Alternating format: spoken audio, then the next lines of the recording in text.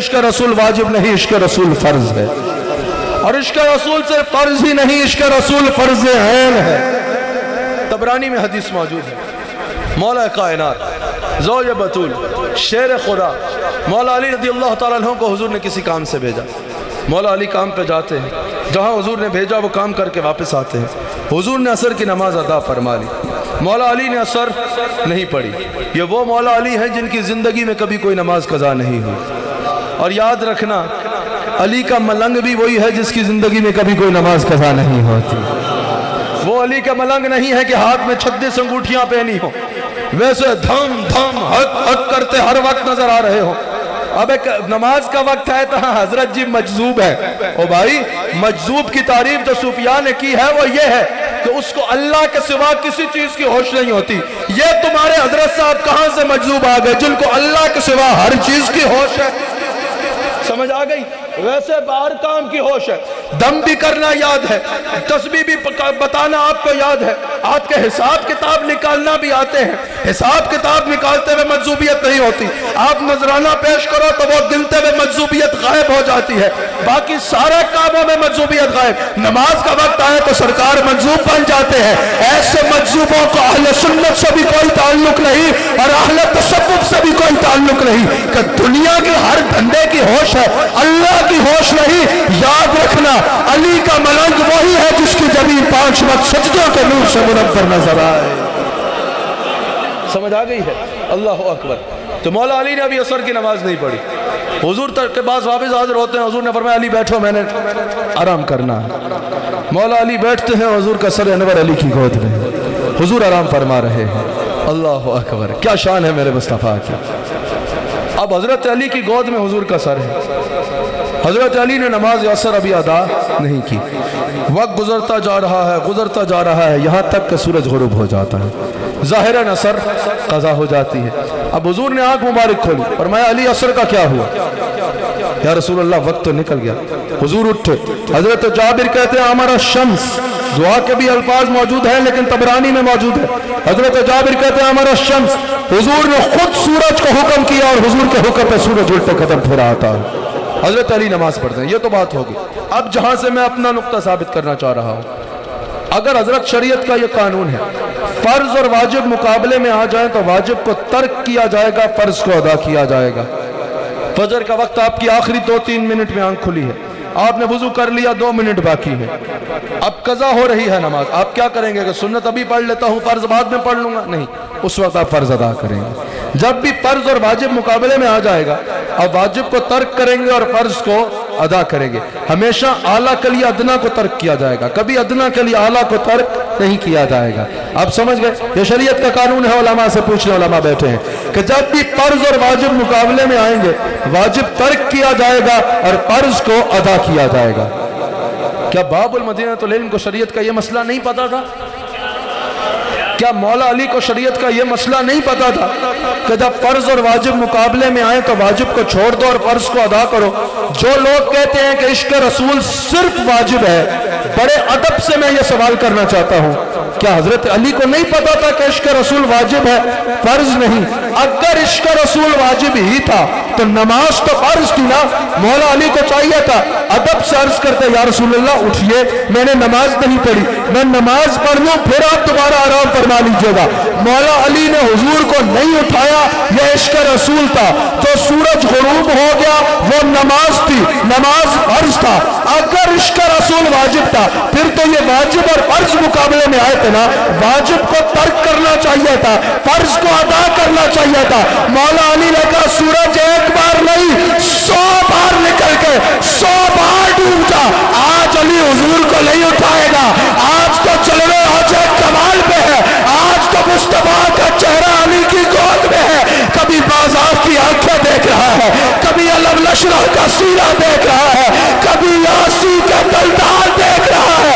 آج تو بے دم نماز عشق یہی ہے خدا گواہ، ہر وقت تصور رخ چاند آنا چاہیے۔ اور گوجرا والوں، علی کے عمل نے ثابت کیا نماز فرض ہے لیکن عشق رسول فرض ہے، عشق رسول فرض ہے۔ ایسا ہی تو نہیں. بریلی میں احمد رضا یہ پڑھ کے تڑپ پڑے مولا علی نے واری. اعلیٰ حضرت کہتا ہے مولا علی نے واری تیری نیند پر نماز. کبھی کسی کی نیند پہ نماز واری جا سکتی ہے؟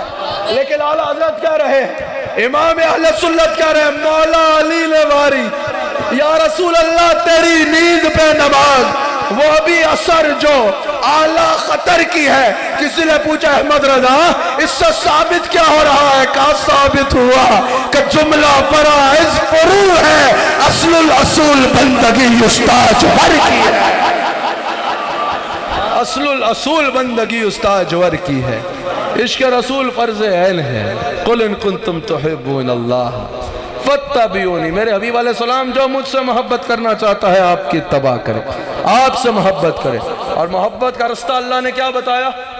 خالی سال میں ایک جلسہ, خالی 2 نعرے, خالی اشعار پڑھ دینا, جھنڈیاں لگا دینا, نا نا نا, یہ سب کچھ اچھا ہے. لیکن کہا اب بلند ضروری یہ ہے کہ فاتبعونی, آپ کی اتباع کرے. جو آپ کہہ رہے ہیں وہ کرے, جس سے آپ روک رہے ہیں اس سے رک جائے. یہ کیسی محبت ہے کہ ہم حضور کو تو مانتے ہیں لیکن حضور کی نہیں مانتے. آپ میں سے کوئی اٹھے حضرت کے پیر دبانا شروع کر دے, لوگ کہیں گے بھئی بڑا باادب ہے. پھر حضرت کے مزید پیر دبائے, حضرت کی خدمت کرتا رہے, لوگ کہیں گے بہت باادب ہے. پھر حضرت کی جوتیوں کو صاف کر کے ان کو پہنا دے, لوگ بولیں گے کمال کا باادب انسان ہے. لیکن حضرت کہیں جاؤ یہ کام کر کے آؤ, کہ میں نہیں کرتا, باادب کہلائے گا یا سب پہ پانی پھر جائے گا؟ پانی پھر جائے گا نا. تو اسی طرح جھنڈیاں بھی لگاؤ, گھر بھی سجاؤ, نعتیں بھی سناؤ, جلسے میں بھی آؤ, اور جو حضور کہہ رہے ہیں کرنے کو وہ نماز نہ پڑھو, وہ شریعت پہ عمل نہ کرو, رزق حرام کمانا نہ چھوڑو, جھوٹ بولنا, غیبت کرنا, لوگوں کو تکلیف دینا, لوگوں کا حق مارنا نہ چھوڑو, تو پھر یہ ادب نہیں ہوا. یہ سب پہ پانی پھیر رہے ہو. اگر ادب کرنا چاہتے ہو اور محبت کرنا چاہتے ہو تو وہ کرو جو حضور کرنے کو کہہ رہے ہیں, اور اس سے رک جاؤ جس سے حضور روک رہے ہیں. قل ان کنتم تحبون اللہ فاتبعونی یحببکم اللہ. جب کوئی اس منزل پہ فائز ہوتا ہے تو کیا ہوتا ہے؟ یحببکم اللہ, اللہ اسے اپنا پیارا بنا لیتا ہے. اور جب اللہ کسی کو اپنا پیارا بناتا ہے نا تو پھر یہ محبت راز میں نہیں رہتی. دیکھیے دور دور سے آپ یہاں جمع ہوئے ہیں اس عرس کی تقریب میں. میں حضرت مجدد الفسانی کا نام لیتا ہوں, نہ ان کی اولاد ہوں, نہ ان کو کبھی دیکھا ہے, نہ کبھی ان کے مزار پہ کبھی گیا ہوں, لیکن دل ان کی محبت سے بھرا ہوا ہے. آج حضرت داتا علی اجویری کے مزار پہ چلے جاؤ, ہزاروں لوگ تو اس وقت وہاں بیٹھے ملیں گے, کسی کا ان سے دنیاوی رشتہ تو نہیں ہے. یہ کون ہے جو دلوں میں محبت ڈال رہا ہے؟ جب کوئی یحببکم اللہ کی منزل پہ فائز ہوتا ہے نا تو بخاری میں موجود ہے, حضور فرماتے ہیں اللہ تعالیٰ جبریل امین سے فرماتا ہے اے جبرائیل میں اس سے محبت کرتا ہوں, تو بھی اس سے محبت کر. جبرائیل محبت کرتے ہیں. پھر حکم ہوتا ہے کہ اے جبرائیل تمام ملائکہ کو اس سے محبت کا حکم دے. تمام ملائکہ اس سے محبت کرتے ہیں. پھر حکم ہوتا ہے جاؤ زمین پہ چلے جاؤ, زمین پہ جا کے لوگوں کے دلوں کو اس کی جانب راغب کر دو, لوگوں کے دلوں میں اس کی محبت ڈال دو. پھر اللہ کے حکم سے فرشتے زمین پہ اترتے ہیں اور لوگوں کے دلوں کو ان اولیاء اللہ کی جانب پھرتے چلے جاتے ہیں. آج لوگ بڑے حیران ہوتے ہیں, ہم نے اولیاء کے مزار پہ جانے کے خلاف فتوے بھی دے دیے, ہم نے اولیاء کے مزارات پہ جانے کے خلاف دھماکے بھی کر دیے, ہر کام کر کے دیکھ لیا, لوگوں کے دلوں سے ان کی محبت کیوں نہیں نکلتی؟ اور بھائی اگر یہ ان کی محبت دنیا سے شروع ہوئی ہوتی نا تو دنیا والے مل جل کے اس محبت کو ختم کر دیتے. ان کی محبت کا پیغام عرش سے آتا ہے, ان کو مٹانے والے مٹ جائیں گے, ان کی محبت کا سلسلہ جاری رہے.